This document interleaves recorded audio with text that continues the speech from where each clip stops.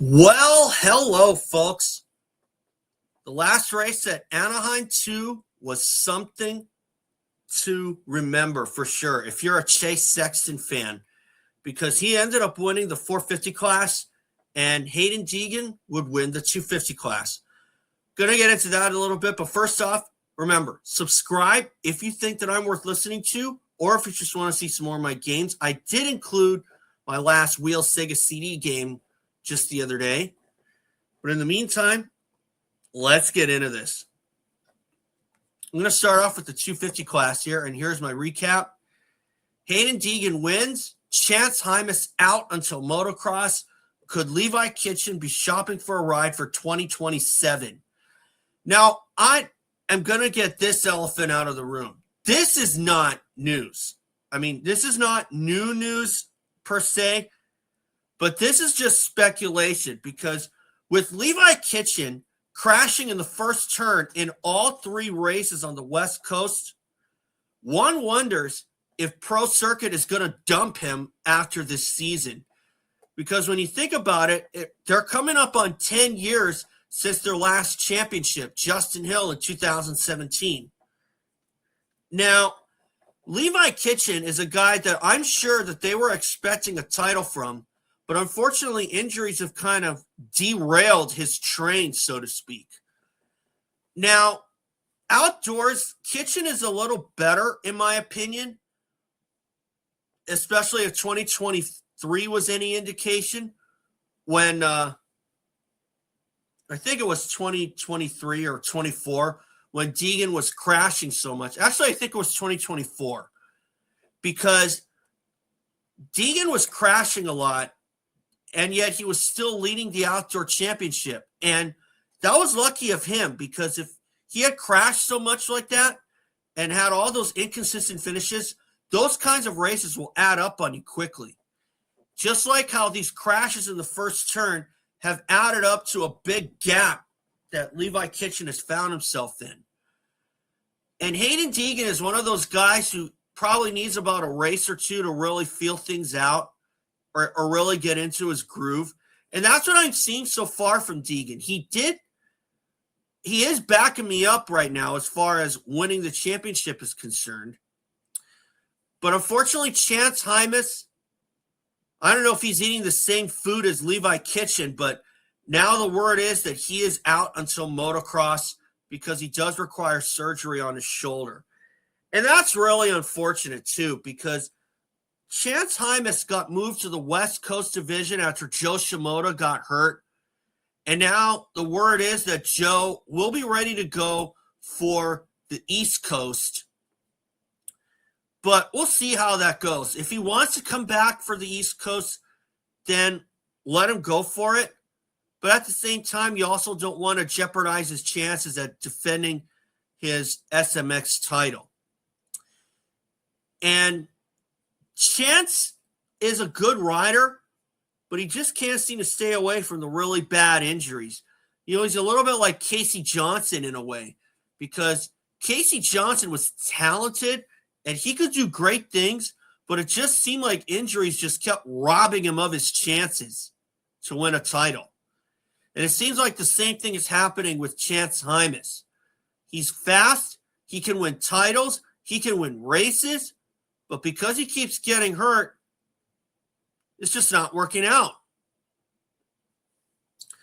But for Haiden Deegan, this guy must have some kind of halo over him to avoid all those injuries, because although I do think that he's passed all the learning curves and such, and I do see a lot of Eli Tomac in him when Tomac was on the 250F, something tells me that Haiden Deegan may be in for a real lesson learned when he gets to the 450 in motocross. But then again, you never know. He could do well. He could be like Jet Lawrence and adapt really well right away. It doesn't work for everyone, but for Haiden Deegan, I'm not going to doubt that it will. And now to the 450 class. Chase Sexton gets win number 1. Eli Tomac may have opened a can of worms with Jason Anderson. Now, I'll tell you this. with the way that Sexton his luck has been through the first couple of races, having that crash at Anaheim 1 and qualifying and having 2 bad starts after that red flag, and then he gets stuck in the gate at San Diego. I didn't bring that up because, I kind of forgot about that one. But still, if you want evidence to what Chase Sexton can do when those kinds of things don't happen, that's evidence. He gets his first win of the season. I couldn't have been happier for him because when Jet Lawrence went down, Chase Sexton became my pick for the championship. And hopefully he can back me up for that. Now, I will say this, though. With Jason Anderson getting the lead and Chase Sexton in second, one wondered if Jason Anderson was the last guy that Chase Sexton wanted to battle with for the race win. And as it turns out, Anderson didn't pull some kind of stupid move to try to keep the lead. And he's riding with a lot more respect. And that's a big step forward to when he first stepped on the 450, Jason Anderson I'm talking about.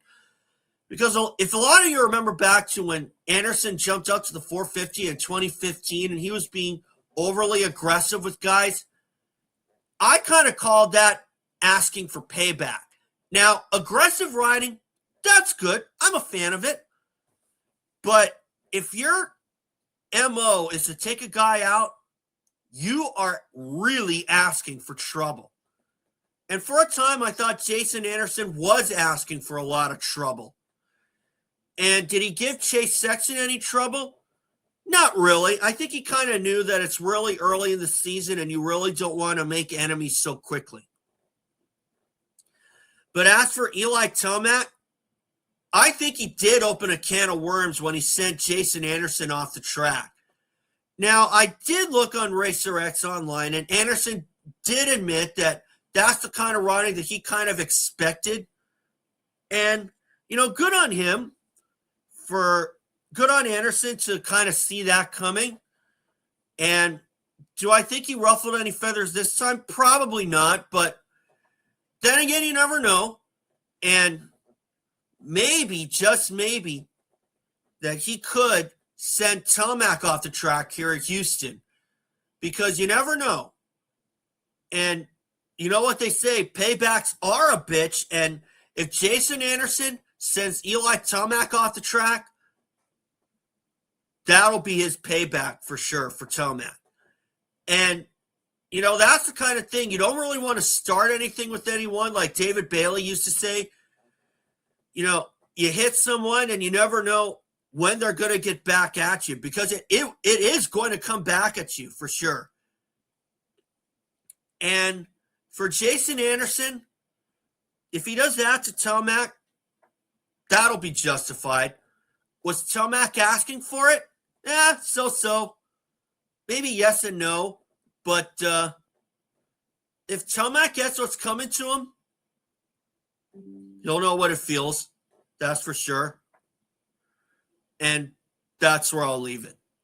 So anyway, guys, I thought I'd keep it short for today. Houston is next up a little later today. So thanks, guys. Subscribe, and I'll see you all for my recap of UH versus UC Irvine college basketball.